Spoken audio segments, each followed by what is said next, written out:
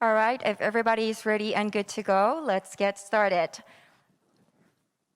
First of all, I'd like to extend my warmest welcome to everyone. If I may introduce myself, my name is An Hyun-mo, and I have the honor of being the MC for today's session on Green New Deal, which is co-hosted by the Ministry of Economy and Finance of the Republic of Korea, as well as Green Climate Fund, with the aim of offering climate-related organizations a fresh venue to share and learn about their Green New Deal policies.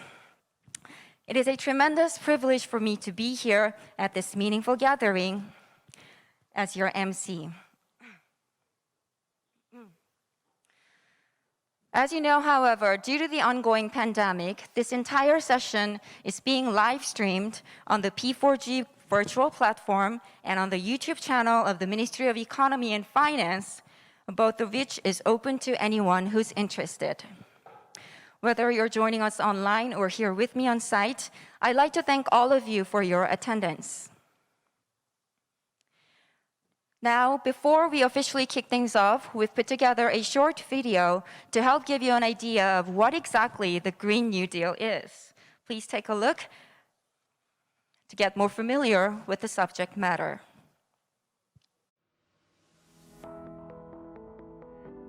Humanity is now facing a great danger. With growing environmental impact of global warming, climate change is now being called a climate crisis. Recent researches suggest that the COVID-19 pandemic is not entirely unrelated to the crisis. We need global action to overcome this great crisis that threatens the very survival of life on Earth. In response, key countries around the world have taken action by declaring carbon neutrality. As the first year of comprehensive implementation of the Paris Agreement, 2021 is an important year for instituting responses to climate change. By hosting the 2021 P4G Seoul Summit in May, Korea plans to seek ways to increase the momentum for green recovery with enhanced collaboration between the public and the private sectors. To actively combat climate change and promote sustainable growth, Korea announced the Green New Deal policy in July and the National Strategy for 2050 Carbon Neutrality in December 2020. The Green New Deal aims to support growth together with climate action. Living spaces will be made eco-friendly with integration of ICT. Expanded supply of green mobility and renewable energy will transform the energy paradigm and build the green industry. With an investment of 73.4 trillion won, the Green New Deal will create 660,000 new jobs by 2025 and support a stronger employment safety net. It is a plan to protect people and the environment while also ensuring growth. As Korea's promise to find a solution for climate change and achieve a low-carbon and green economy, the Green New Deal is expected to offer the global community the future direction for an inclusive, green recovery. Of the video, I wonder how you all liked it. But in my humble opinion, I think it gave us a little nudge to get closer to the Green New Deal. I hope that by the end of today's session, after some productive discussions, we will all have a better understanding of the Green New Deal. Well, now then, let's get right into the session. First, I'd like to invite Korea's Deputy Prime Minister and Minister of Economy and Finance, Mr. Hong Nam-gi, for his opening remarks. Please welcome Mr. Hong with a big round of applause.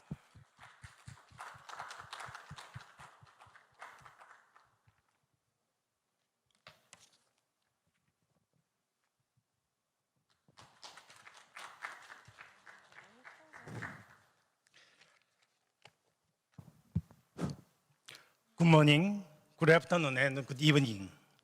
President Alok Sharma of COP26, President and Chair Ban Ki-moon, and Director General Frank Lisberman of GGGI, and distinguished guests.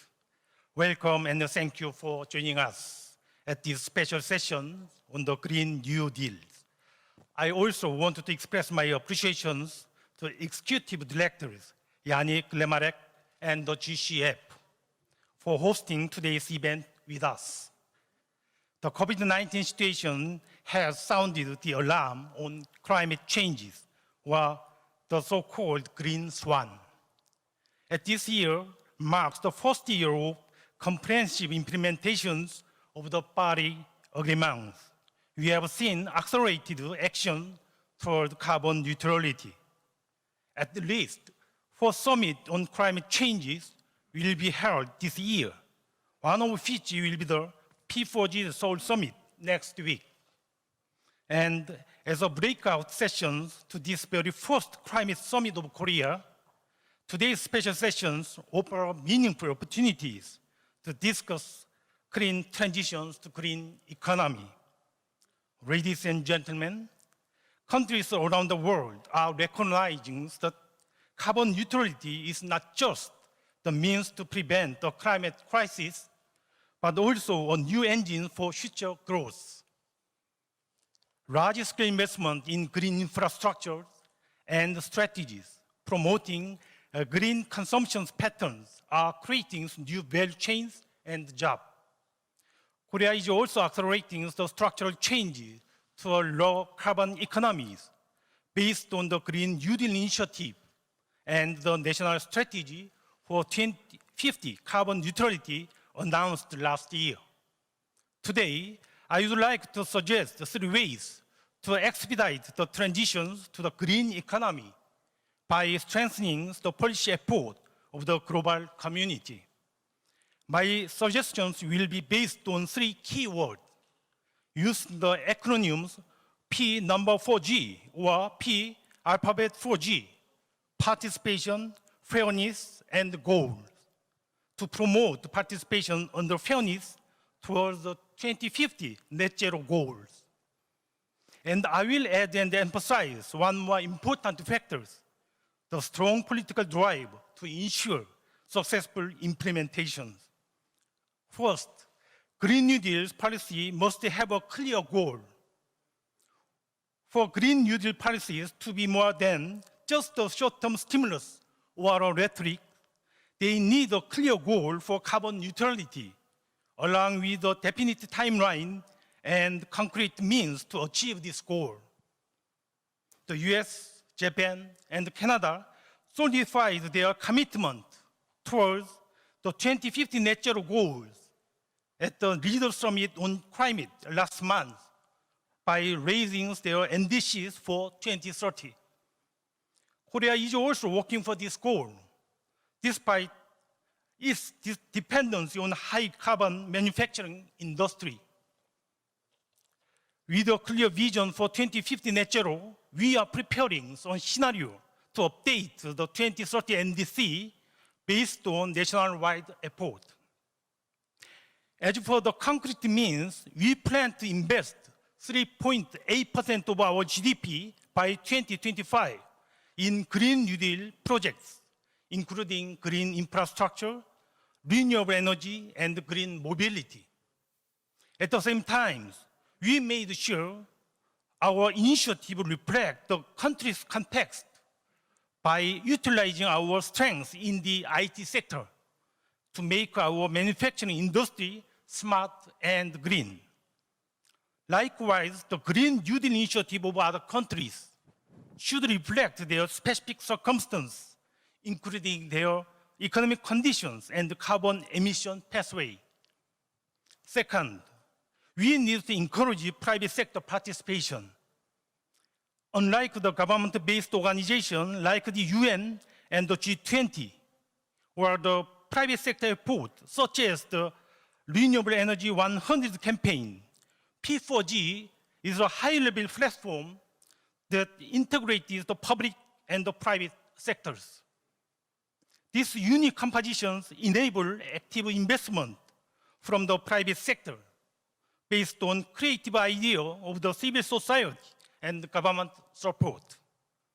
The Korean government is currently working to establish a $4 billion funds to encourage large-scale private investment on the implementations of the Green New Deal. next year, a new climate response fund will also be set up to help reduce greenhouse gas emissions and develop forward-looking technology for carbon neutrality. Third, fairness should be ensured in our drive toward net zero. While carbon neutrality is the ultimate goal of the global community, these transitions could leave behind certain groups or regions. Based on the National Strategy for 2050 Carbon Neutrality, announced last December, the Korean government is ensuring a fair transition of industry and workers in the phasing out process by supporting their adaptations to new promising industry and re-employment opportunity. Outside the country, we are reinforcing our support on green initiatives of developing countries by expanding our climate finance, including Green ODA and our contribution to the GCF.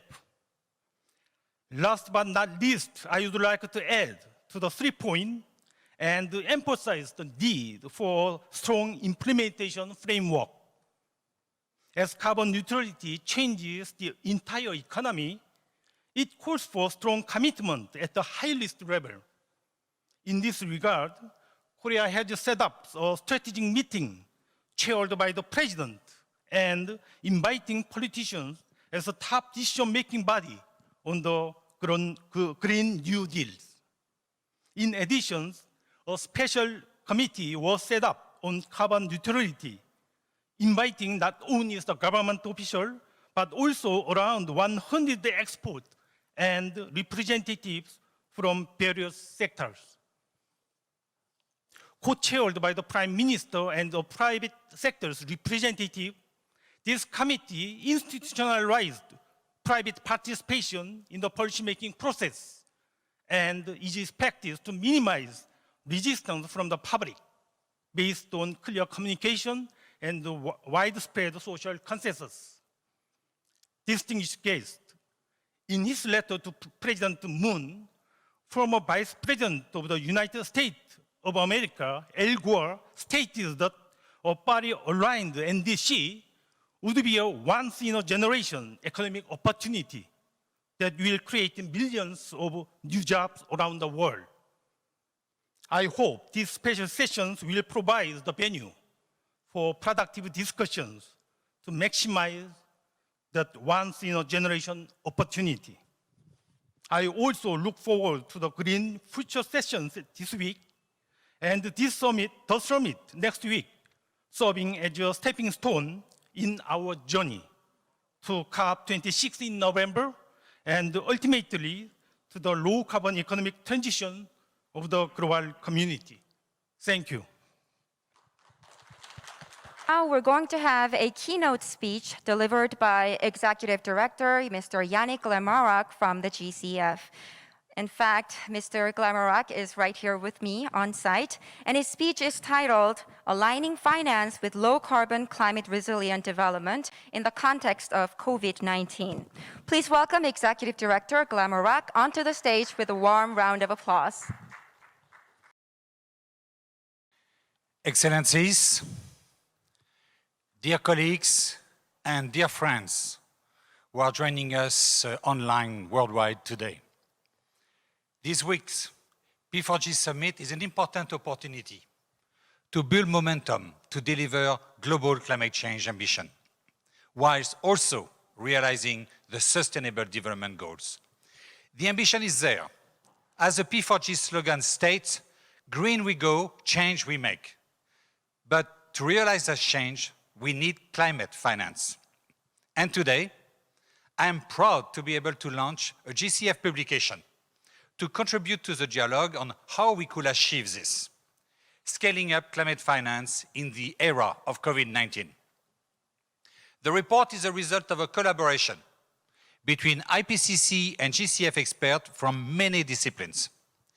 It aims to help financial decision makers incorporate climate change in the valuation of financial assets and accelerate the transition to a net zero, climate resilient economy based on the latest scientific findings and policy development. While some financiers are already factoring the financial implication of climate change in their investment decision and capitalizing on the new opportunities of a climate economy, a key finding of the report is that the financial system as a whole will not be able to redirect private capital at the scale needed in the absence of policy intervention. The report discussed past and ongoing efforts to align finance with sustainable development. It recommends a better integration between the two main approaches in vigor, market fixing and market shaping, and propose 4 interventions to achieve this objective in the context of COVID-19. In my remarks this evening, I would like to give you a summary of the main arguments in the paper and its recommended solution to respond to the twin challenges of climate and COVID-19. Ladies and gentlemen, the Paris Agreement aims to limit the increase of mean global temperature since pre-industrial levels to well below 2 degrees Celsius, while pursuing efforts to stay within 1.5 degrees Celsius. But we are not on track to achieve this. The full implementation of all the individual pledges made under the Paris Agreement through the national determined contribution is projected to result in an increase of temperature somewhere between 2.9 and 3.4 degrees Celsius. We have already reached a warming of 1.2 degrees Celsius above pre-industrial levels last year. This is affecting all Earth systems and many human systems. Climate change is not only materializing faster, but its impacts are more severe than initially anticipating. If we reached a 2 degrees Celsius increase, then this could wipe out 90% of coral reef and endanger the security and economic livelihoods of hundreds of millions of people. If we reached a disastrous 3 degrees Celsius or 4 degrees Celsius of warming, this will trigger very large, abrupt and irreversible changes in the climate system with cascading impacts on nature and humans. To stabilize the mean global temperature, global CO2 emission must decline to 0. So we need to step up global action. The net impact of warmer climates on people, ecosystem, and the economy is a result not only of temperature increase, but also of the capacity to prevent and adapt to the changing circumstances. Poorer countries, where access to information, mobility, infrastructure, and state support is more limited, are typically the most exposed, and the impacts of a warmer world so far has been experienced unevenly. However, there are also signs of very positive development. Also, over the last 2 years, 123 countries responsible for 63% of emission have adopted or are considering net zero emission targets. These net zero emission targets have put the Paris Agreement goals within striking distance. A key challenge now is to translate these political commitments into detailed emission reduction pathways and financing plans. We know that we need to get to net zero, and we also know that there are different routes to get there. The IPCC 1.5 Celsius report set out 4 different pathways to reduce emission: P1, P2, P3, and P4. The first 2 pathways emphasize eliminating CO2 emission quickly in the next decades by limiting demand for CO2 and increasing energy efficiency. While the third and the fourth pathways rely to a larger extent on removing carbon dioxide from the atmosphere through biological solutions, such as tree planting, or technological solutions, such as direct air CO2 capture and storage, where CO2 is extracted from the air with chemical processes. Analysis of the development implication for each of these pathways gives a clear conclusion. Quickly CO2 emission along the P1 and P2 pathways is the best strategy to optimize development co-benefits of climate action. It is the most closely aligned with the Sustainable Development Goal and gives us a better chance of adapting to climate change. In contrast, delaying CO2 reduction and relying on unproven technologies to remove CO2 from the atmosphere along the P3 and P4 pathways is likely to create tensions and trade-offs between mitigation, adaptation, and sustainable development goals.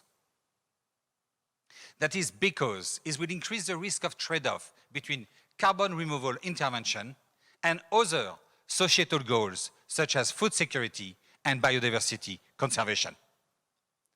Hard limits to adaptation could also be reached if we delay emission reduction, such as thermal limits of survival for species or sea level rise so great that permanent relocation will be the only viable adaptation strategy for low-lying areas. The good news is that we can still just remain within the 1.5 degrees Celsius threshold if we act now. But to do so will require us to dramatically scale up climate innovation and climate investment. Financing a rapid transition to a net zero emission, climate resilient economy will require significantly more investment in a different set of assets, and investment that address the humanitarian imperative of social inclusion and poverty alleviation. Global low-carbon investment needs are estimated at between 3.9% and 8.7% of the world GDP over the next 2 decades. More challenging is the need to reduce the existing infrastructure investment gaps in developing countries. That means the difference between available finance and what is needed to complete the infrastructure development. The infrastructure gap could reach a cumulative values of $14.9 trillion worldwide in 2035, meaning a doubling of the global deficit to 15.9%. With an estimated $14 trillion of negative yielding debts in OECD countries and $23 trillion of low-carbon, climate-resilient investment in developing countries by 2030, capital in search of higher yield should flow from developed to developing countries to address this infrastructure investment gap. But the paradox is that this is not yet happening. That is because there are barriers to this flow of capital. Political and regulatory barriers, macroeconomic barriers, and technical barriers. These barriers translate into higher investment risk. Entrepreneurs will therefore expect higher returns before investing their time and personal resources in an infrastructure project. Similarly, finance providers will demand a higher margin and offer less attractive terms to protect themselves from this higher risk, affecting the attractiveness of the investment. The additional financing costs are even higher in less developed countries, in which infrastructure projects will not reach investment grade. We need to overcome these barriers to align finance with sustainable development. And 2 approaches are explored to incentivize the changes needed: market fixing and market shaping. Market fixing relies on price signals to create a demand for low carbon, low climate risk goods and services and shift financial flows toward climate-friendly investment. To achieve these objectives, it calls on scaling up carbon pricing and promoting climate risk disclosures and taxonomies. There is a widely shared consensus in economics that in a frictionless world with perfect capital markets and without uncertainty, carbon pricings will be sufficient to secure the attractiveness of low-carbon options for capital markets. In the real world, however, the carbon price signal is swamped by the noise of other signals, such as oil prices, interest rate, and currencies exchange rates, in addition to business uncertainty. The political capacity to set carbon prices at a level high enough to cover these noises is uncertain. Market shaping, on its first part, intervenes at the level of sector policies and endeavor to create a demand for and directly de-risk the supply of climate-friendly investment to crowd in private sector. Thousands of climate policies and instruments to shape markets are currently in use to foster climate-friendly investment globally. A common limit of these instruments lies in the fact that the higher their cost on the public purse, the tighter the public funding constraint, the lower the political credibility of their maintenance over time. Furthermore, the use of blended public and private finance to de-risk market-creating investment has proven effective for mature technologies in mature markets, but not for early-stage technologies in early-stage market. And the overall leveraging ratio of blended finance in climate change is low. On average, every $1 of public resources invested leveraged only 37 cents of private finance in low-income countries. The good news is that the experience to date shows that these two approaches of market fixing and market shaping are mutually supportive and should be deployed in tandem. The combination of the two approaches helps overcome the constraint inherent to each approach and increase the overall efficiency and effectiveness of public policies and finance to accelerate the transition to net zero climate resilient economies. But the challenge of deploying and combining these two approaches must now be faced alongside another global threat, the COVID-19 pandemic. The COVID-19 pandemic has pushed the global economy into its deepest recession since the Second World War. The pandemic has been particularly devastating for developing countries. It has led to an increase in the number of people facing food insecurity from 135 million in 2010 to 272 million now, as well as to a large increase in unemployment and to 500 million additional people falling below the poverty line. To stimulate the economy and mitigate the impact of COVID-19, governments are undertaking large-scale expansionary fiscal measures. Depending on their green content, these stimulus measures can either entrench our dependence on fossil fuels or accelerate our transition to net zero emission by 2050. The UN Environment Programme estimates that so far only 18% of recovery spending and only 2.5% of total spending will enhance sustainability in the 50 largest economies.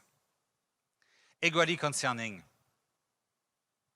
developed countries have spent 17 times a greater amount on a per capita basis in stimulus measures than developing countries.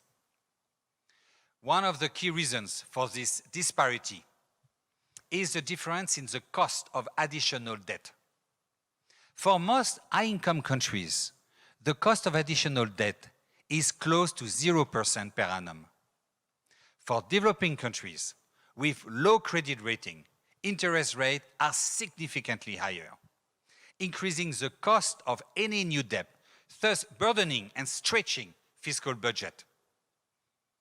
It is imperative to increase the ability of developing countries to implement green climate-resilient recovery packages without increasing their debt burden. So, how do we find financial solutions to the twin challenges of climate action and COVID-19's economic impact? 4 complementary solutions are set out in more details in our new publication, Scaling Up Climate Finance in the Era of COVID-19. First, we need to support integrated policies on climate action, sustainable development, and COVID-19 stimulus. Nationally determined contributions are at the heart of the Paris Agreement. They could serve as a vehicle to support such an integration as countries are currently in process of updating them. Doing so could allow countries to reduce investment needs by up to 40%, according to some estimate, as well as leverage the stronger economic multiplier of climate action to build back better and raise the ambition in the revised NDCs. This will require to translate the NDCs into detailed investment plan.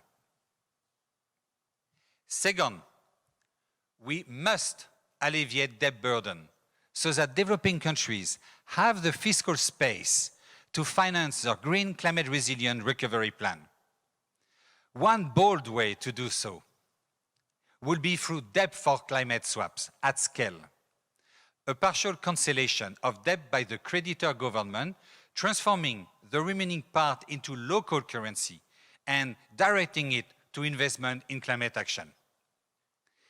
This would be additional, not an alternative, to the commitment of developed countries to mobilize $100 billion in climate finance per year by 2020 for developing states. Third, we need to leverage sovereign and multi-country guarantee funds to reduce investment risk and catalyze private finance. The experience of blended finance highlights the importance of sovereign guarantees to overcome the barriers hindering climate-friendly investment in nascent technologies in nascent markets. Such guarantee funds reduce upfront risk, provide a broad risk coverage, a lower cost for public budget, and a high leverage ratio of public to private capital. They can allow developing countries to increase their access to capital markets, as well as to help strengthen climate disclosure and increase the effectiveness of carbon pricing. Finally, we must increase developing countries' access to the green bond market. The potential of the green bond market is estimated at $29.4 trillion by 2030. But so far, has only reached $1 trillion in the 10 years since their launch. Realizing the potential of the green bond market can drive new public-private partnership and increase access of developing countries to long-term affordable debt. We can do this by creating new assessment methodologies to ensure, first, strong country ownership to optimize development co-benefits. Second, high climate change impact to guard against greenwashing.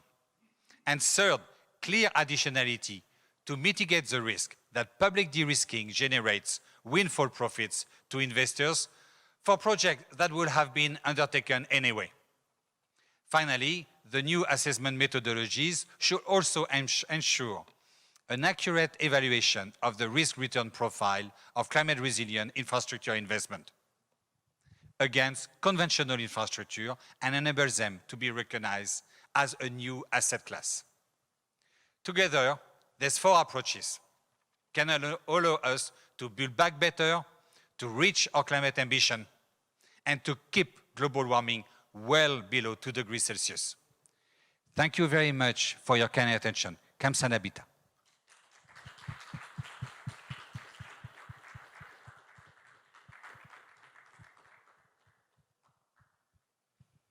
Thank you very much, sir, for your valuable words. Well, while listening to his speech, I couldn't help but think and look back on myself and realize how much more there actually is for me to contribute to going more green.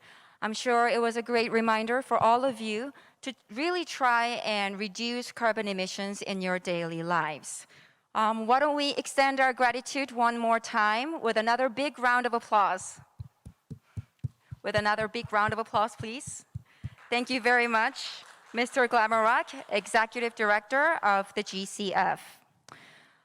From now, for our next segment, we're going to have a panel discussion on inclusive green recovery towards carbon neutrality with officials from various international organizations along with other experts.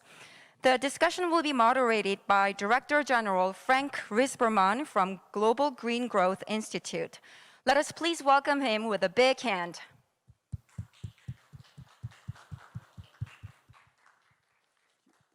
I will leave the floor for you. Thank you.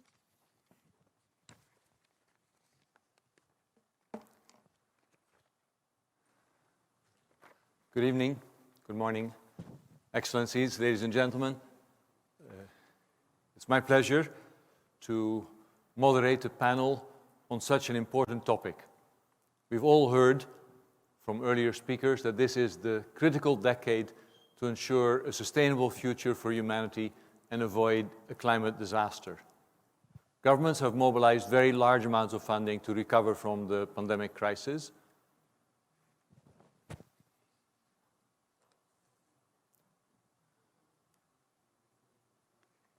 But many countries have reached critical levels of indebtedness, which makes it hard to see how this can be repeated anytime soon. Where will the money come from for long-term recovery towards carbon neutrality? The good news is that green and climate investments in renewable energy, in retrofitting buildings to increase energy efficiency, in climate-smart agriculture, and in nature-based solutions such as reforestation, all generate large volumes of green jobs, green employment, more so than conventional carbon-intensive investments. And that is the key argument why the recovery from the pandemic can and should be green. And we can, at the same time, accelerate the path to carbon neutrality, to net zero by 2050. The bulk of the money mobilized for pandemic recovery was in the G20 economies, in OECD members. It's therefore very good to have the OECD represented on this panel. When we speak, however, to GDI's developing and emerging economy members, most struggle to deal with the lost revenue in the government budget as a cause of the pandemic, and almost all find it hard to imagine where the money for a green recovery can come from. It will be necessary to have the private sector invest or co-invest with the public sector, directly or indirectly. What instruments will be used in coming years? As we've just heard, can it be green bonds? Can it be debt for nature or climate swaps? How can we have public-private partnerships? So on this panel, we have key thinkers and bankers, accredited partners of the Green Climate Fund also, and we are going to discuss how money can be mobilized for a green recovery, such as the Green New Deal in the EU and in Korea, and what will be the key instruments. Critical to that will be how climate finance can be used best, as we've already heard from Yannick Lemarec in his speech, and how to combine that with climate finance with other funding available through development banks, such as the EBRD or the Development Bank of Southern Africa. We also have a private bank on the panel from Mongolia, accredited to the GCF, and a bank my own organization, GDI, has had the pleasure to work with, together with other private banks in Mongolia, to develop the Mongolia Green Finance Corporation, which will receive equity from GCF. In short, we're looking forward to an interesting discussion with these eminent panelists on such a critical issue. So let's turn to our panelists now. We start with a warm welcome, of course, for our panelists. Please welcome them now.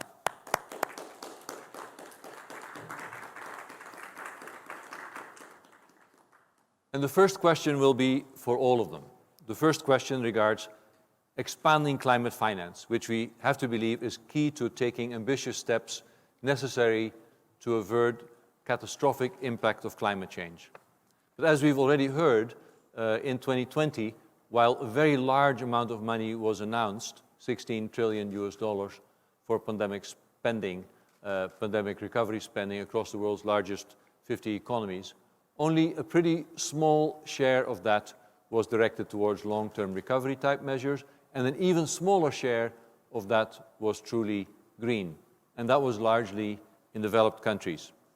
So to all of our panelists, how can we ensure that the finance invested in pandemic recovery will be truly green?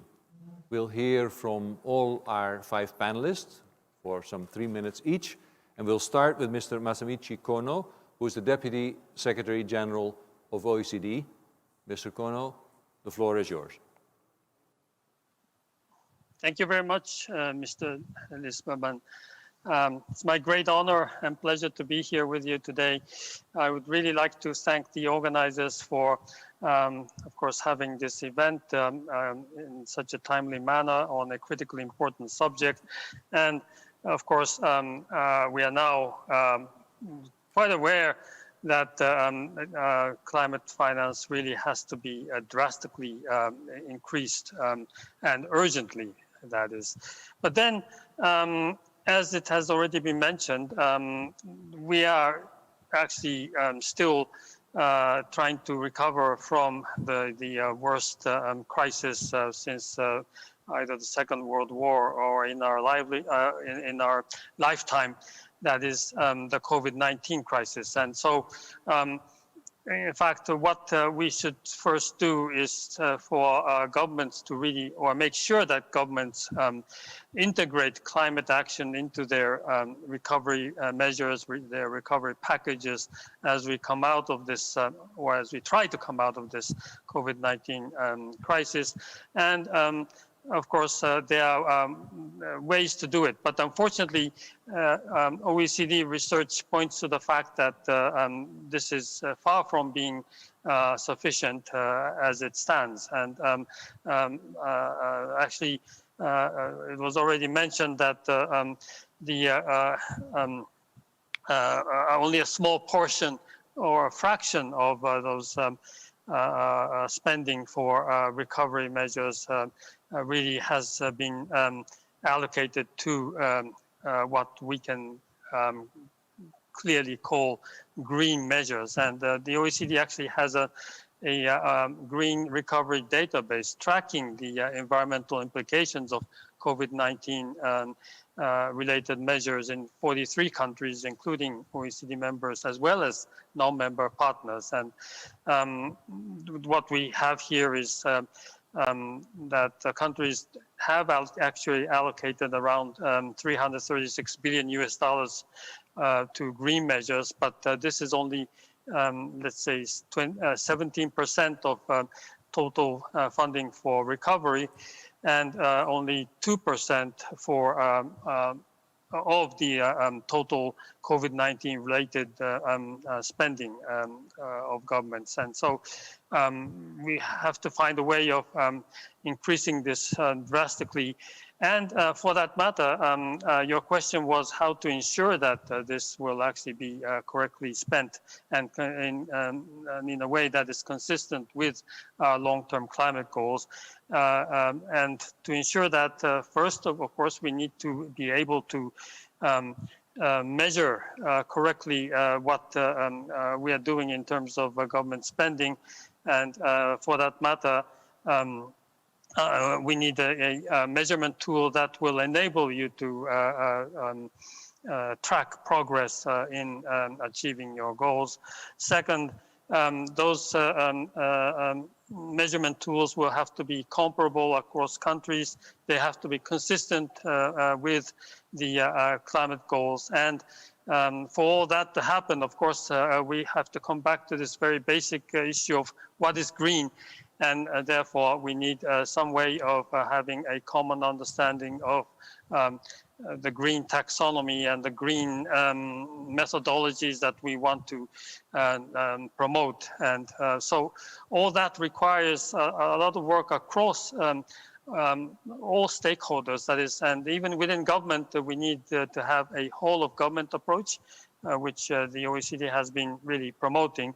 And in this respect, we are also looking at not just at public finance, which is the content of the spending or the funding of those governmental measures, but also to how to mobilize private finance. And well, this is something that, of course, my fellow panelists would certainly be very happy to talk about. I think they are the experts, but I would just say that we need to create, or we need to have some basic conditions for markets to be able to really function properly and to mobilize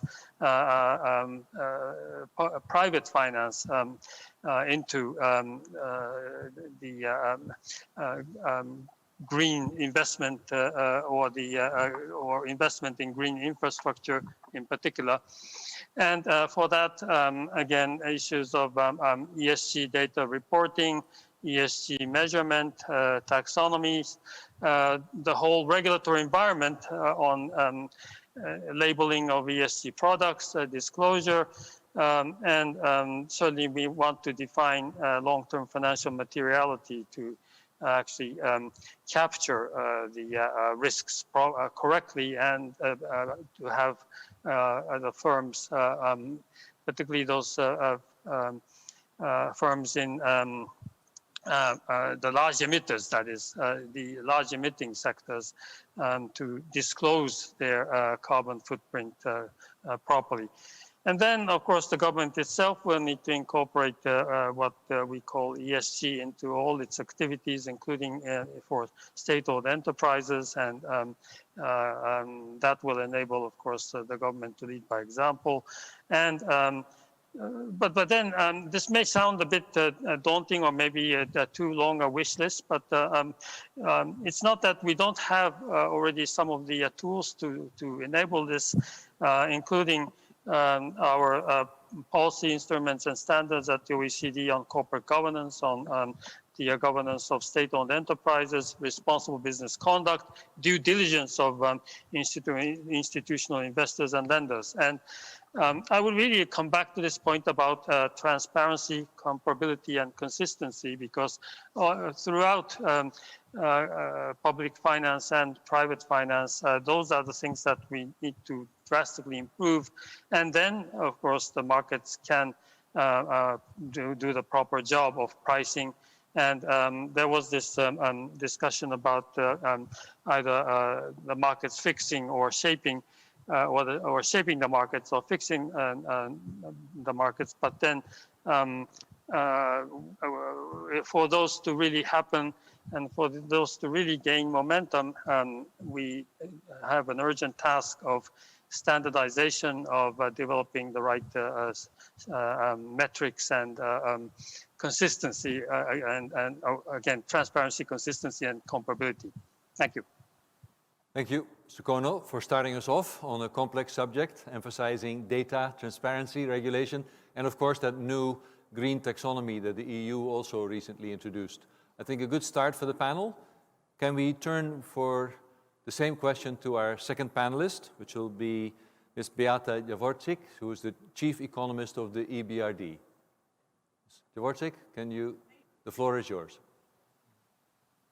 Thank you very much. Thank you for the invitation. It's a pleasure to participate in today's discussion. Now, before we think about what needs to be done in order to make recovery spending green, it's useful to think about why it wouldn't happen automatically. In other words, why is it so difficult to fight climate change? There are many reasons for that, but let me focus on just 3. The first one is that benefits of taking climate action are widely shared. Everybody on the planet benefits, but the costs tend to be concentrated. So coal miners know very well that their jobs will disappear. Regions dependent heavily on mining, on heavy industry, know that they will decline in terms of their economic situations. And even though policymakers often promise to take care of people who will be adversely affected, in practice, it often doesn't happen. So the public may often not believe that they will be taken care of if they are adversely affected by fight against climate change. And if you look at the experience of advanced economies with dealing with technological shocks or impact of globalization, the record is rather poor. The assumption often was that people who lost their jobs due to technological shocks would be able to find other jobs. The problem was that many industries that were affected were located in similar places. So there was this geographic concentration of people who were affected, and there were simply not many jobs to move to.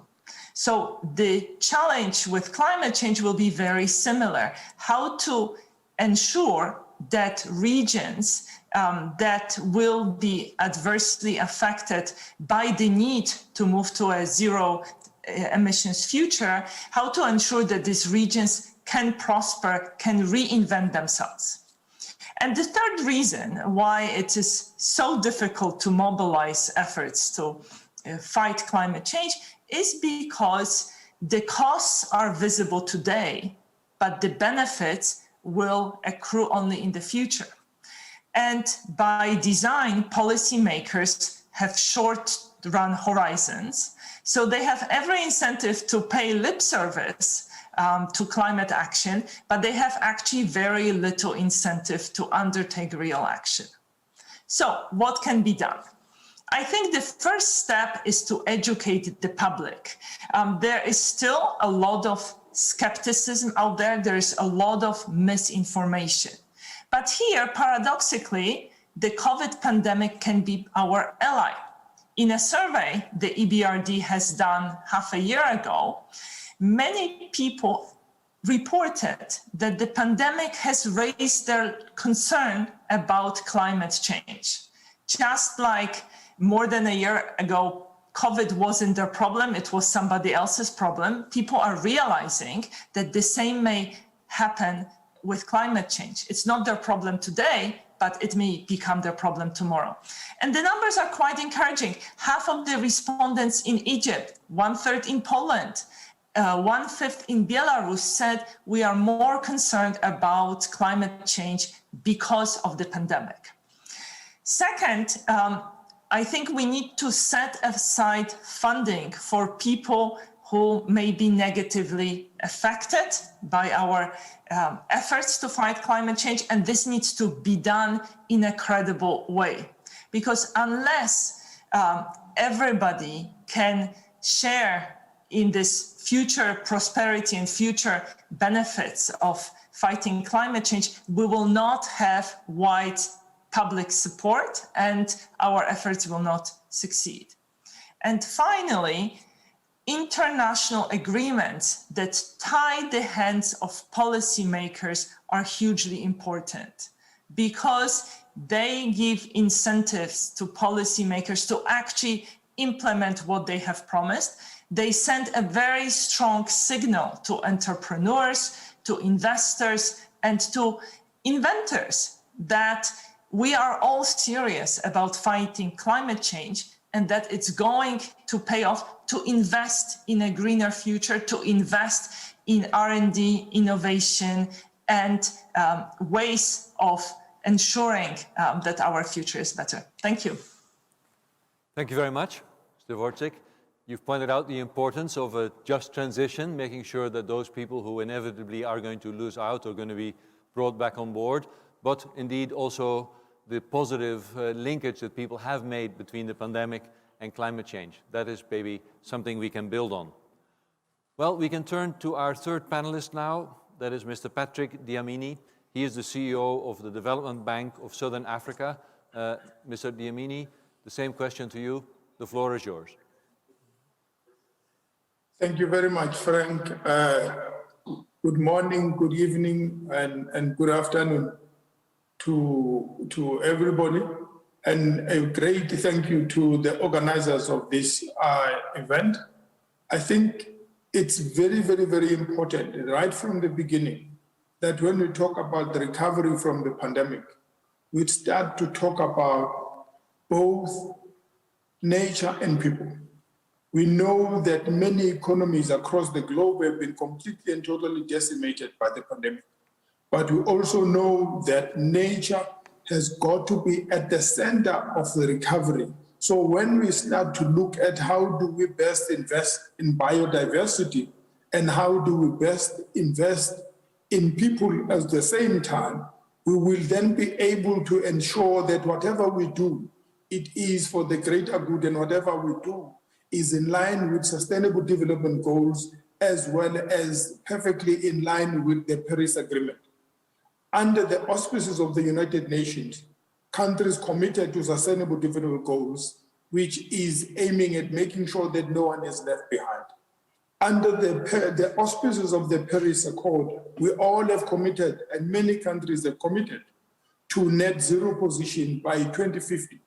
The question is, how do we then make sure that sustainable financing, and especially if we're to look at the finance ecosystem, the players within the financing will have a very pivotal role to play in ensuring that the investments that is being made in the recovery and into the future talks to what we want to see, both in terms of Sustainable Development Goals as well as the Paris Accord. Because when we start to look at that, we will make sure that we're able to create inclusive economies. We will make sure that the recovery from the pandemic, because if we were to look at the developing countries and the fragile economies, by the way, of the 49 fragile economies or least developed countries in the world, 37 of them are in sub-Saharan Africa. It just goes to tell you that when you put the pandemic impact on top of it, the investment in these countries and in these economies is going to be near impossible unless we become creative and innovative in ensuring that we are able to work together with economies. We are able to make sure that the multilateral development banks, as well as the development finance institutions, as we always collectively call them, public development banks, that they have to play a leading role to make sure that we are able to catalyze the private sector into these green projects. Emerging economies and developing economies still require quite a lot of investment into the energy. This is the time that we need to start looking at renewable energy. This is the time that we start to look at the jobs that could be created in waste management, in ensuring that our environment are sustainable, our environment are not destroyed, and at the same time creating jobs for the poor people to ensure that they're able to earn a living, whilst at the same time looking after Mother Nature, whilst at the same time ensuring that their seas, their river systems, and their lands are put in a position where they become sustainable for the future generations to continue to live with dignity and to continue to live in an environment that reflects that the global citizens, the corporate global citizens have done what was needed, and they have helped the countries to make sure that we're able to leave behind the world that we all have a sense of pride with. I think it's going to be quite important. I had the privilege of participating under the auspices of the Climate Policy Initiative, CPI, the European Climate Foundation, as well as the Oxford University, where they put together global advisory councils that were looking at how do we come up with a framework that's going to guide sustainable finance investments. And how do we make sure that this framework was able to put together the minimum benchmarks as well as the leadership benchmarks? Because it's one thing to say we are doing this, but it's completely another when we then are able to then start judging you in terms of these benchmarks. How best are you performing? As I said, the central banks globally are extremely critical to play their part in this. The civil society is extremely important to make sure that they're involved in this. We have the Green Climate Fund that is really, really leading the charge in ensuring that green economies are made to thrive and are made to create sustainable environment and sustainable economies for many people who are currently living in abject poverty.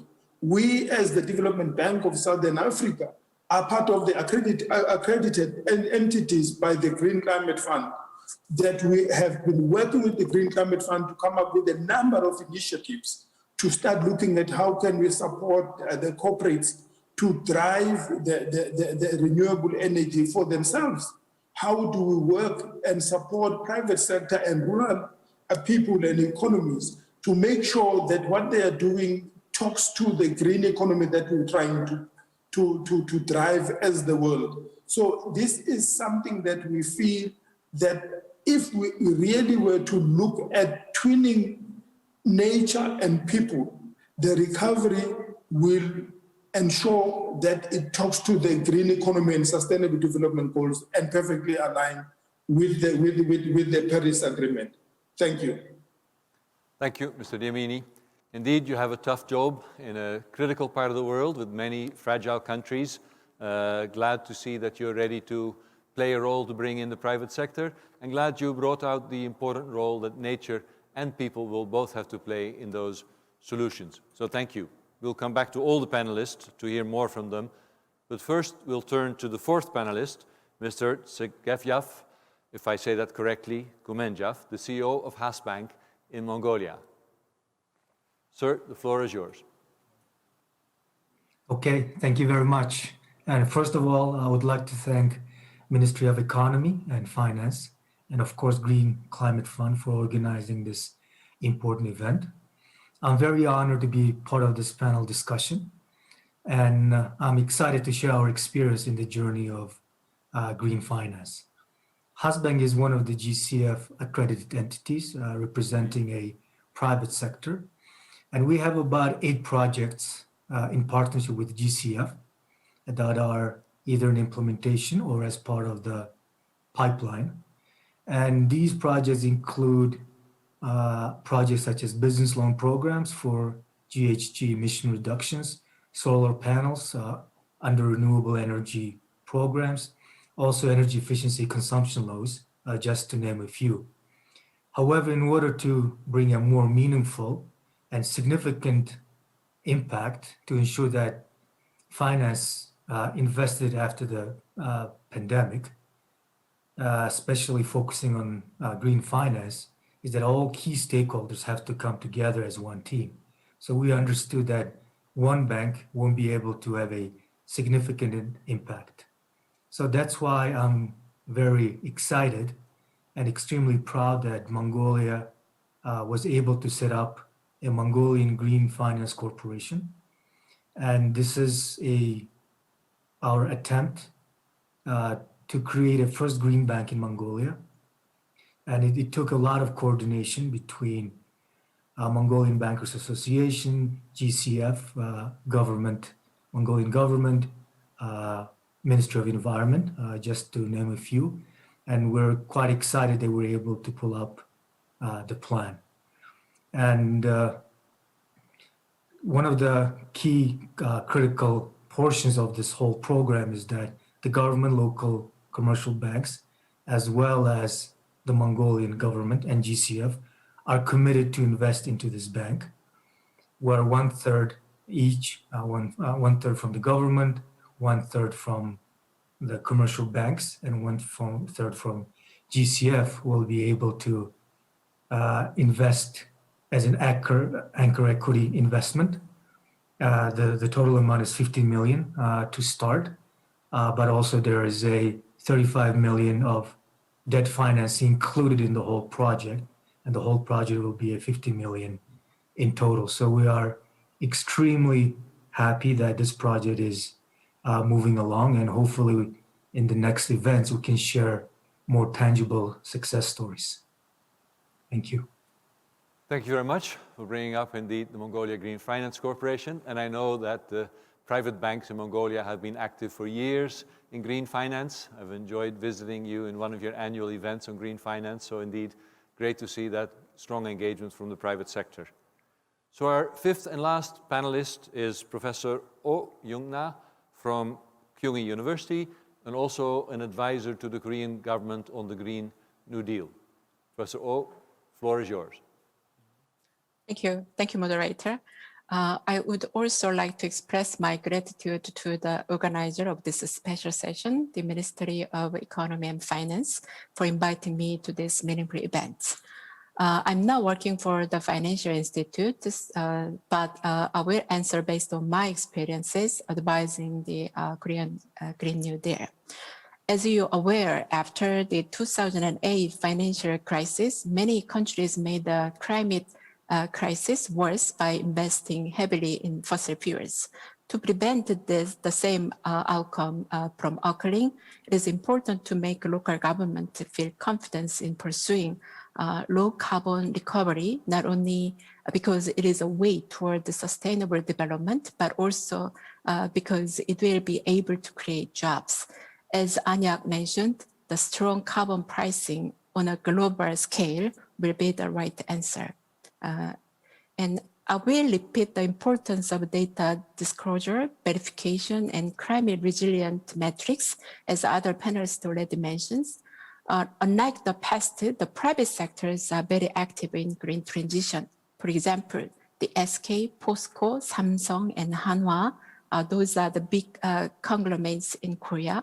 They are very interested in RE100 and ES management, even though they are like their products, not most, but some of their products are quite carbon intensive. And they plan to establish a climate-friendly global value chain and to issue ESG fund. As they are already global corporations, they will contribute toward increasing climate investment, not only in their home country, but also in developing countries. These actions and actual impacts on climate change should be revealed to the public and investors in a transparent way. That's why I emphasize the data disclosure. The public, including younger generations who are politically underrepresented in many countries, can work as a soft law by monitoring which companies negatively or positively affect the climate and exacting the pressure on them through their wallets. So at the global level, the data disclosure or the verification actions should be made. Thank you for hearing. Thank you, Professor Oh, and thank all of you panelists for indeed your comprehensive starting off of this discussion. We've heard from you that there are many ways to increase finance in green recovery, but of course the challenge is to tackle the severe short-term problems in developing countries particularly, such as debt, unemployment, health and food security, while at the same time investing in these longer-term climate and net zero approaches. So we'll turn now to a second question for most of our panelists, and we'll ask how can more of these green climate investments be made in developing countries? And for that, we'll have short answers, and this time we'll start with Mr. Diamini. The floor is yours. Thank you very much, Frank, once again. I think that's a very important question. As we actually, under the leadership of the International Development Finance Club, they have been the biggest catalyst in putting together the public development banks and to see how the public development banks can be best supported by governments and other international partners as well. This actually includes the multilateral development banks. Here we were looking at how can we make sure that we drive the climate finance facilities and make facilities like the climate finance available for investments in developing economies. We also, with the Green Climate Fund, the GCF, under the leadership of my friend Ayande Gimarek, also we have both the climate finance facilities that we've set up for both South Africa and the rest of Africa, as well as what we call EGIP, which is Embedded Generation Investment Program. This actually is aimed at encouraging private sector and municipalities for their own renewable energy investments to generate their own power for self-use. And also it talks to private sector players or corporates that we are trying to make sure that they have their own off-grid solution in the renewable energy space, as well as the mini-grid programs as well. Because as they do that, they are beginning to really move this charge and the revolution that we want to see in the greening of the economies, and in making sure that even the waste management, we start up actually helping municipalities putting together the waste management systems and creating recycling centers, which will create sustainable jobs for the economies in both in urban areas as well as in the rural areas. But also attached to this is the importance of green bonds. Both the DBSA together with the French Development Bank, AFD, we actually we raised about $300 million from AFD, which actually we are looking at making sure that we begin to drive the investments into renewable space as well as green economies. You will be surprised at the pipeline that we are now beginning to see both in South Africa and within the SADC region coming through. Because as we drive this, it will mean that the reality of supporting these fragile economies into transforming the economies to green economies, and at the same time ensuring they look after nature as well as that they look after people and creating inclusive economies. This is quite an important, because as we're talking about this, we are also talking about the just transition. As Development Bank of Southern Africa, we actually are busy now putting together our framework for just transition as we're beginning to look at and mapping our own net zero position by 2050 and looking at how are we going to transform our portfolio of investments that will then be able to talk to that net zero position for the bank across the continent. But it is something that we do believe that when we become true ambassadors for greening of economies and creating inclusive and equitable and economies, we will be able to ensure that the transition does not just become just, but it becomes both the just. When it becomes just, it becomes inclusive and it becomes equitable. Because when we do that, it says we make sure that the poverty levels as we currently see them in our economies will be completely eliminated, because it has been proven scientifically that when we invest in both in nature and in people, we will be able to see shared prosperity across the board. So these financial instruments and these facilities, and also looking at how we can work with our global partners to minimize the risk, the just transition risk, and how do we also begin to create incentives for the private sector to start investing more strongly in green economies and more strongly in sustainable infrastructure development. We all know that developing economies still have a lot to do in terms of infrastructure networks. That is what we are busy putting in place.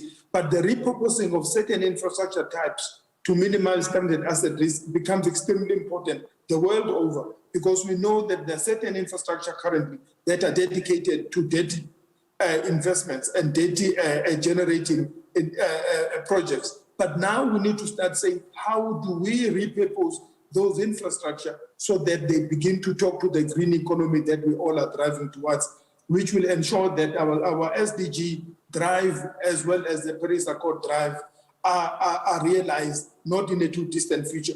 We know that many economies are beginning to move away from dirty investments into ensuring that we are climate smart and that we are creating climate resilient economies. So these are initiatives that we do strongly feel that working together with partners like the International Development Finance Club, working together with partners like the Green Climate Fund and many other countries that are really looking at how best developing economies can be supported, we really can also be able to create risk capital that will start looking at fast-tracking the project preparation of green projects or climate smart projects that will make sure that the migration to the transformation of the economies into green economies becomes a very true reality. Thank you. Thank you, Mr. Diamini. Of course, here on this panel, you're preaching to the converted, but we're curious whether you're able to convince the private sector. And you've heard from Yannick, so far every dollar of public money is only leveraging, he said, I think 37 cents in private investment. Are you optimistic that you are able to convince the private sector to increase that leverage? Actually, you will be surprised, Frank, how willing and ready the private sector is, because we have seen how much pressure the civil societies are now putting on all corporate players to play their part in ensuring that our economies are transformed into green economies and in ensuring that the SDG goals are realized.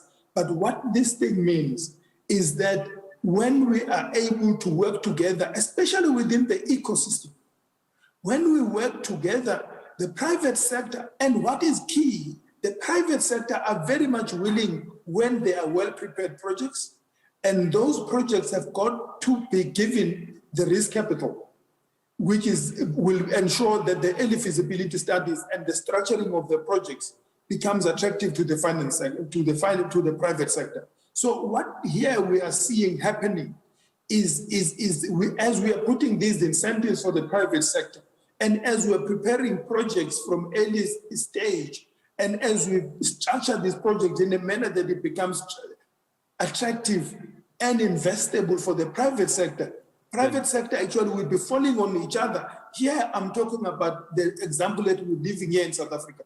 As a development bank of Southern Africa, we were the core for the South Africa's independent power producers, which is a renewable program by the government of South Africa.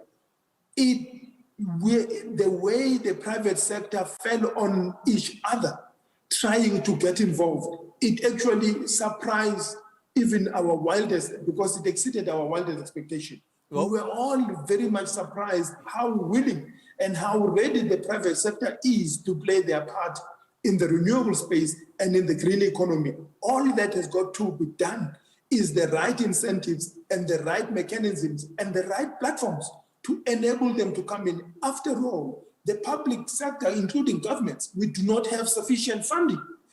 More of the funds sit with the private sector. Yep. We just have, as the DFIs and multilateral development banks, together with our governments, we have to play our part in ensuring that we are able to successfully catalyze the private sector into green economy and into the investments that we know are aligned to our net zero ambition by the 10th of the century. Exactly. So we'll be happy to be surprised and see the private sector play its role in that way. Thank you, Mr. Diamini. We'll turn now again to Mr. Vorchik as our second panelist. Same question. How can we increase those green climate investments in developing countries? The floor is yours. Thank you very much. Well, the private sector may be enthusiastic, but it's not as well informed as we may hope for. 2 years ago, the EBRD surveyed 20,000 firms operating in emerging markets where we are active. And we asked firms, if you haven't invested in energy saving, what was the reason for that? And the answer was shocking. Almost 2/3 of firms said it is not a priority relative to other investments. And there was no difference between large firms and small firms in terms of this answer. only less than 20% of firms pointed out to financing constraints as a reason for not undertaking energy-saving investments. So the picture that emerged from the survey is one of information barriers, information asymmetries. Firms often do not realize that energy-saving investments are not only good for the planet, but they can also be profitable for them. So I deeply believe that MDBs have a role not just in providing financing, but also in breaking down these information asymmetries through demonstration effects. So for instance, at the EBRD, we often lend to local banks so that the funding could be on lend to individuals or SMEs for green purposes. In Kosovo and Romania, we support local residents who want to improve energy efficiency of their residential buildings. In Kazakhstan, we lend on to SMEs for green investment. Cities account for 70% of all CO2 emissions. We have initiated our Green Cities program, which helps cities become more sustainable. And for instance, Tbilisi and Ulaanbaatar are two of our green cities. But we hope that the benefits of the programs I've mentioned so far will not stay with the recipients of the loans or the cities we work with, but rather that they will educate other people, other firms, other cities about things that could be done that are both wise as investments, but also good for the planet.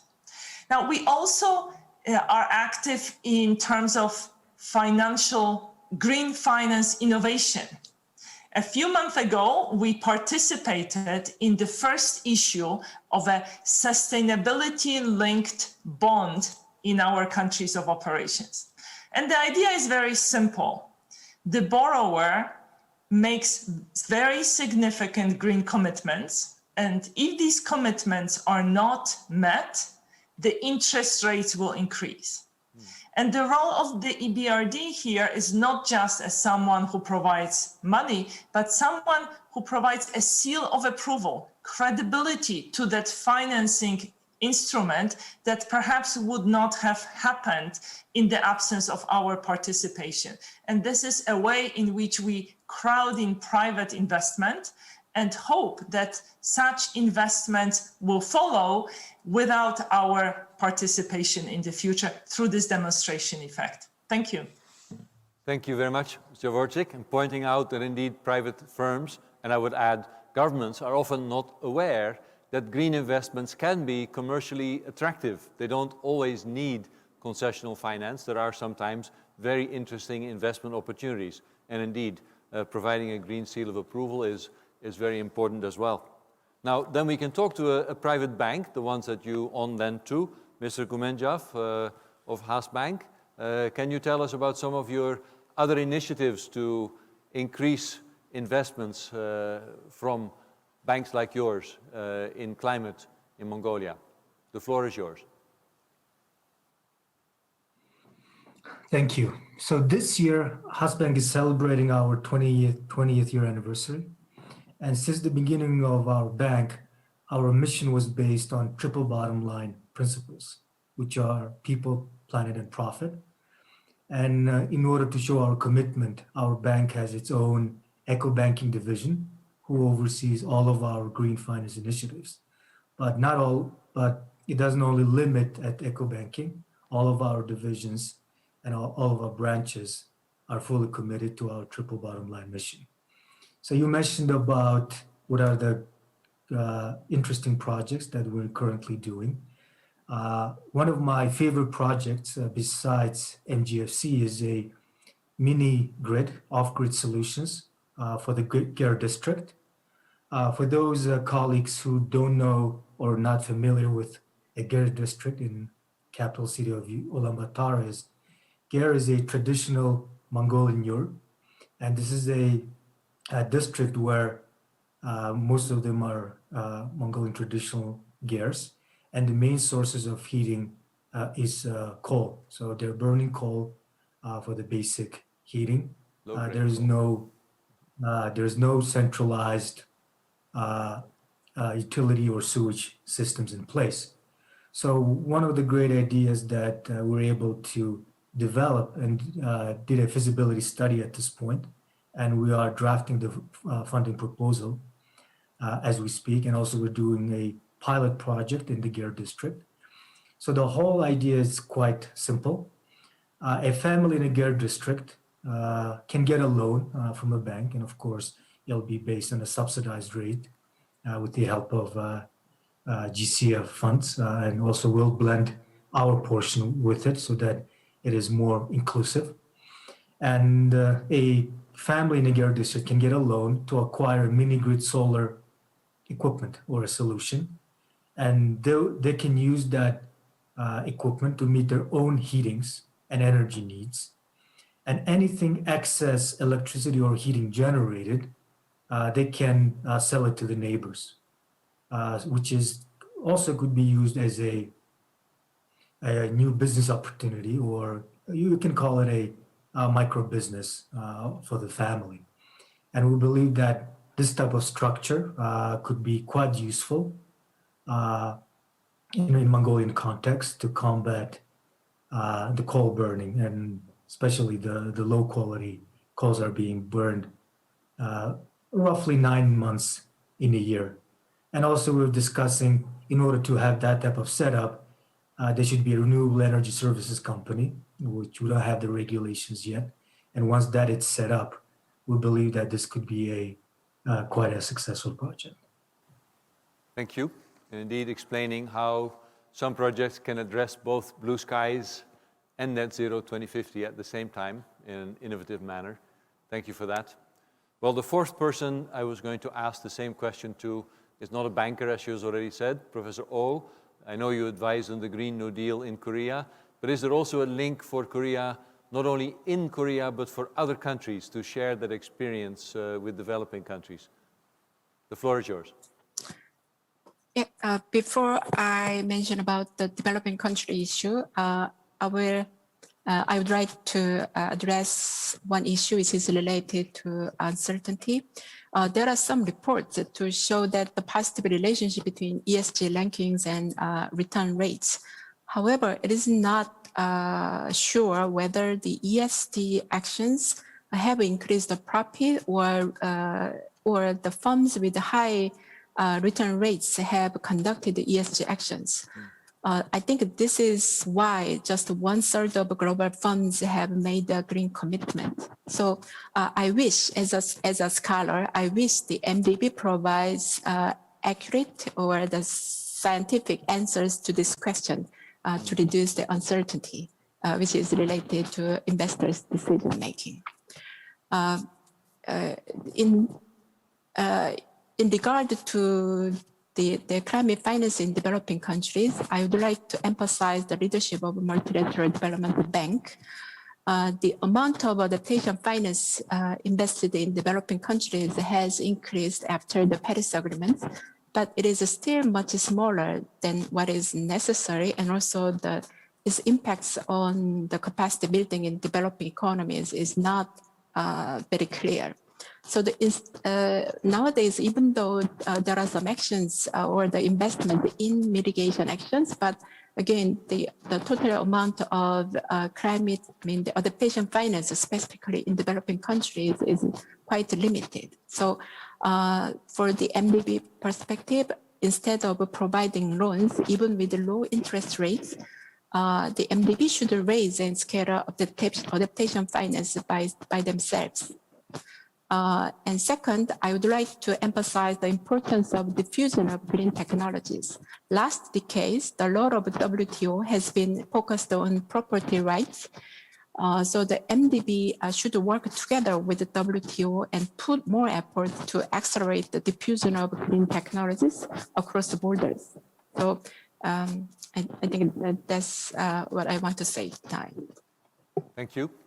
And as another international organization in Korea, Can I add that indeed we're also looking forward to the Korean government increasing the green share of its ODA to share the experience with its Green New Deal with other countries as well.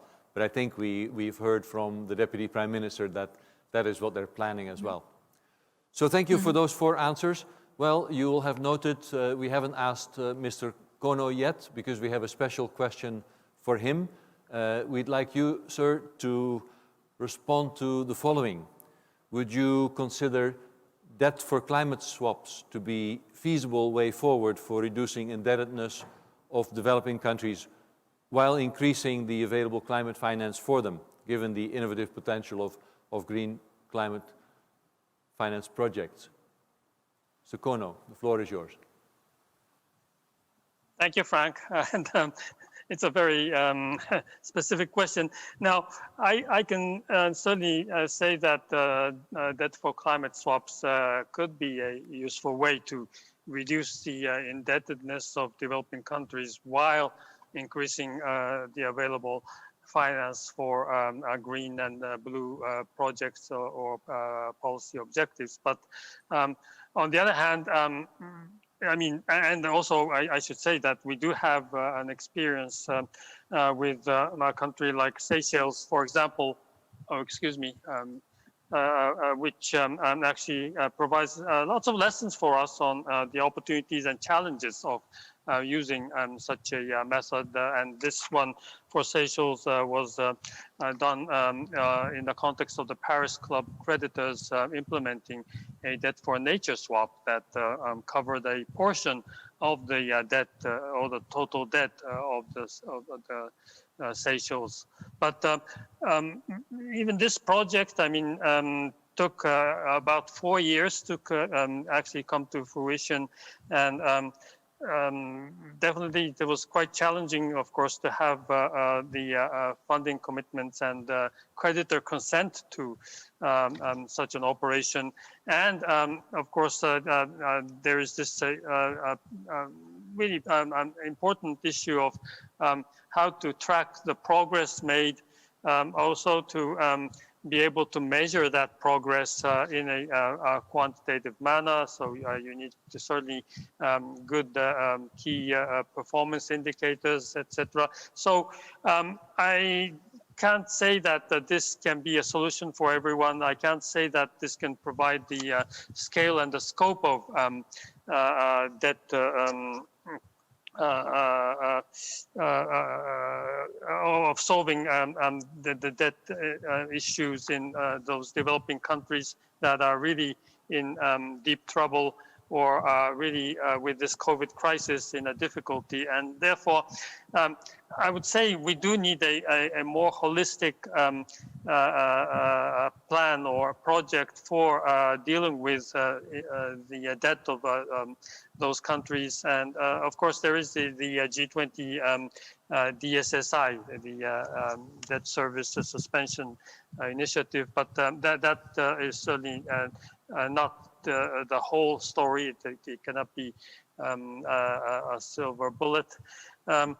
I would rather think that for each of those countries, you need to tie any of those debt restructuring attempts and projects with a holistic strategy. And I come back to this whole of government approach to the issue. And actually, to take this opportunity, I would like to really commend the Korean government for its Green New Deal, because such a whole of government strategy can only be developed by the country itself. And that also is the only way you can fundamentally address the issue of debt versus, of course, the need to fund somehow those green and blue projects and the finance needed. And this, of course, certainly will be a solution to a portion of the debt, but for the markets to function properly, for private finance to be truly mobilized, I think our previous speakers really gave the key solutions or the key factors that need to be addressed, and that this was in the form of either, let's say, investable projects that are well prepared, the ability to price the risk, also making those finance options attractive in terms of risk return. And then I come back to this issue of transparency, consistency, and comparability. And governments really can actually make for a conducive environment to mobilizing private finance. While, of course, on the public side, you can certainly work on those innovative means of either reducing, counseling, or swapping debt. And again, so this is really something that we need to work further on. Thank you. Thank you. Not a silver bullet, but can I say that you were cautiously optimistic if there is a whole of government, maybe Green New Deal type of approach where debt for nature swaps could be one of the sources of revenue. I think that is already probably about as positive as we can go. Well, the panelists know that the organizers had said that if the time allowed, we'd have a third question where we're going to ask you all to have a brief statement. We have gone over time a bit, so I think we can only do this if you're all committed to make a very brief statement. So can I ask you panelists to all just give your final word on saying what is your one key financial commitment that you would like to see at COP26, or better still, that your organization is likely to make at COP26. So can we have a quick round past all of you to see if you have a final word for us before we close this panel? And maybe, Mr. Diamini, can we start with you again for a quick word? Floor for you. Thank you, Frank. I think my expectation of COP26, actually, I want to wish President Sharma all of the best, but I'm looking forward to an aggressive net zero commitment by all, so that that can be achieved by 2050. Excellent. And also, I also want to commit and pledge that as the Development Bank of Southern Africa, being a public development bank, we are committing to work together with our global coalition partners to make sure that we are able to ensure that we help the developing economies to achieve their own net zero commitment by investing both in their nature as well as their people. Because when we are able to do that and work with our coalition, the coalition of the willing globally, we have a better chance of achieving a net zero position by 2050 as the world. Thank you.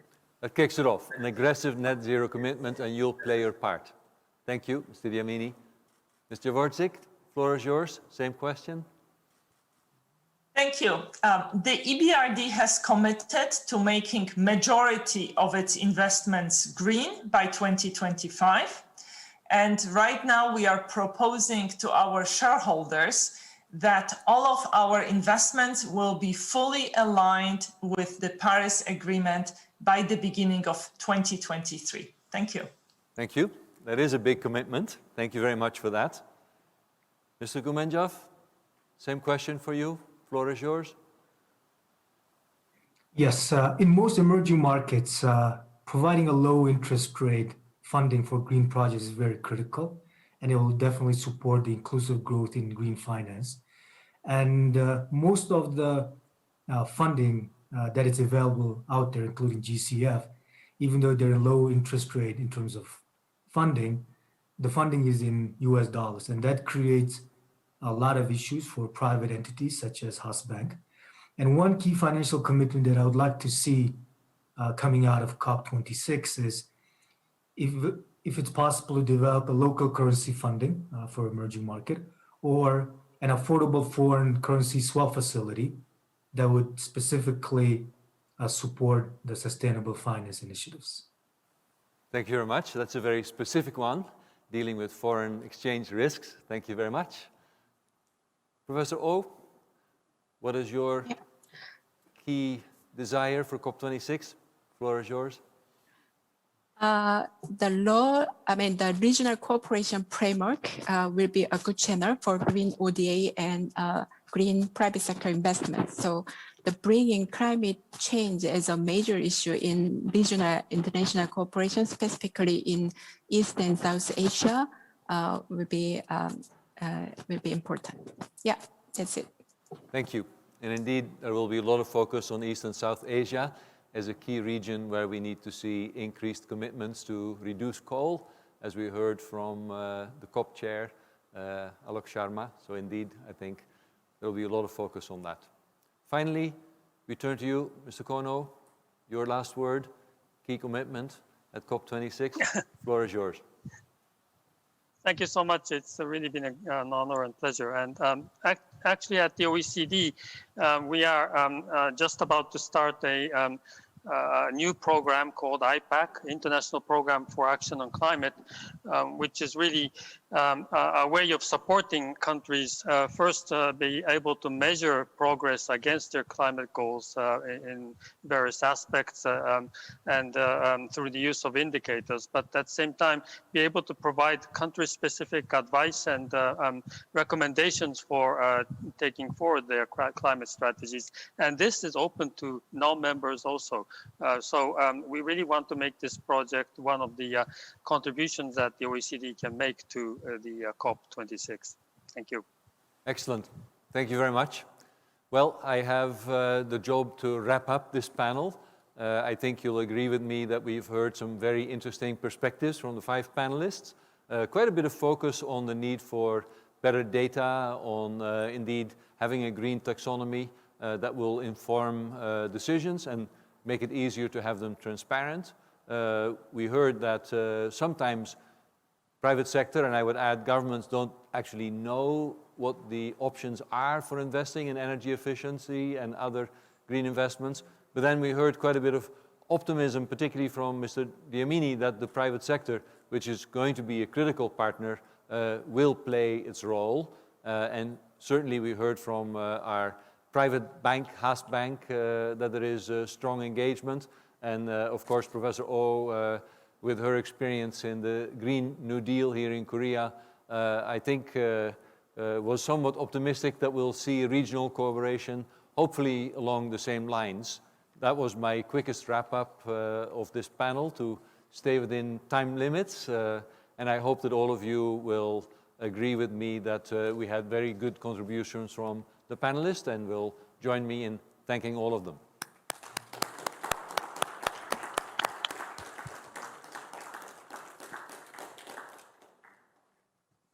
Thank you so much, Director General, Mr. Rich Berman, and all of the 5 panelists as well.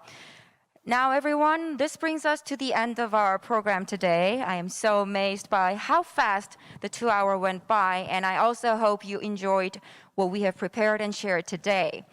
But we have one last thing to do. Before we wrap things up, I'd like to invite back on stage Executive Director Yannick Glamourac of the Green Climate Fund once more for his closing remarks. Let us please put our hands together for Director Glamourac.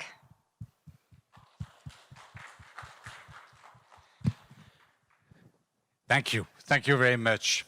I will try to keep this closing remark as short as possible because I realize that we are coming against time.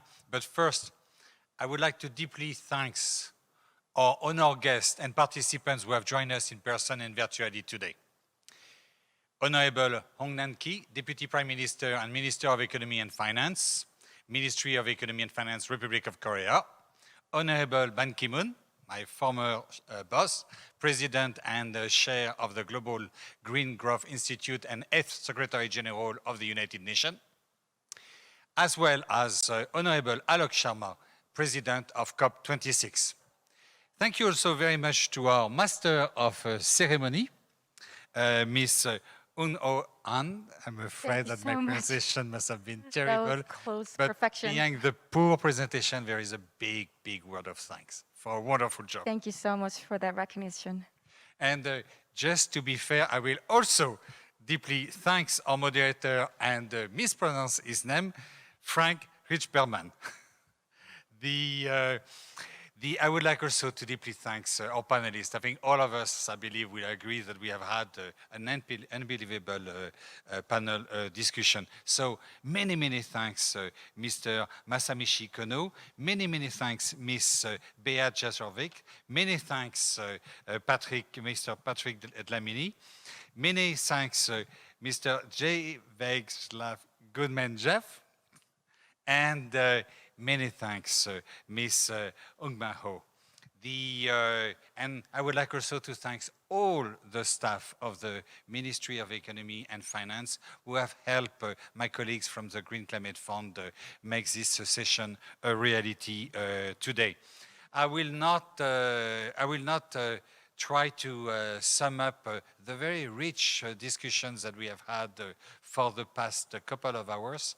But there are at least 3 or 4 points that have strongly emerged that I would like to recall.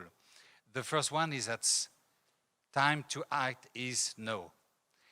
As mentioned by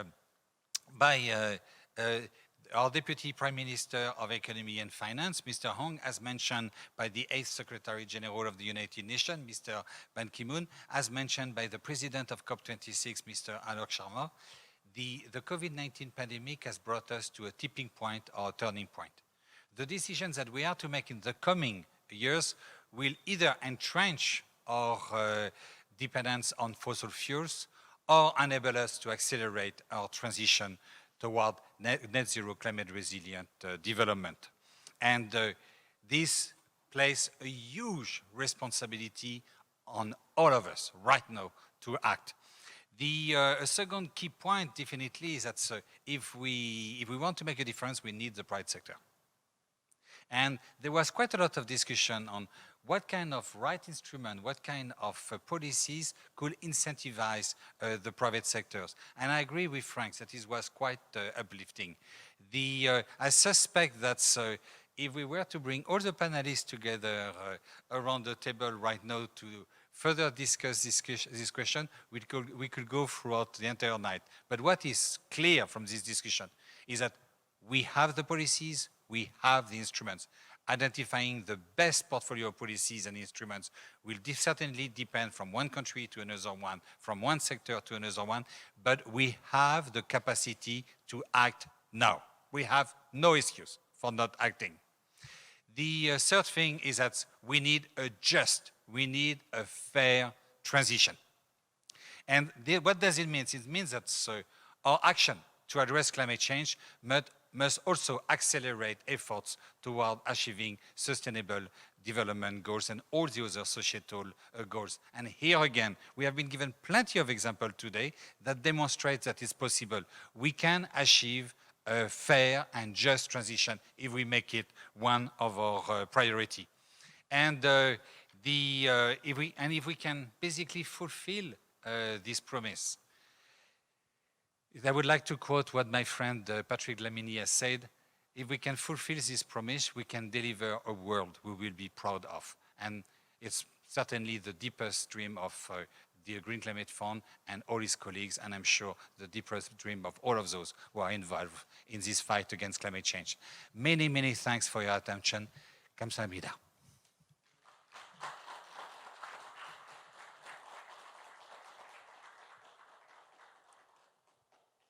Thank you so much, Director, for the final message and the wonderful sum up, as well as the generous acknowledgement. With growing action for carbon neutrality, Green New Deals are expected to play a bigger role around the globe. I hope our discussion today served as an opportunity to take us one step closer towards low-carbon economy. Thank you once again for your active participation. I was your MC, An Hyun-mo, and I look forward to seeing you again, hopefully in person, in the nearest future as possible. Until then, stay well and healthy. Thank you very much, and goodbye. 감사합니다.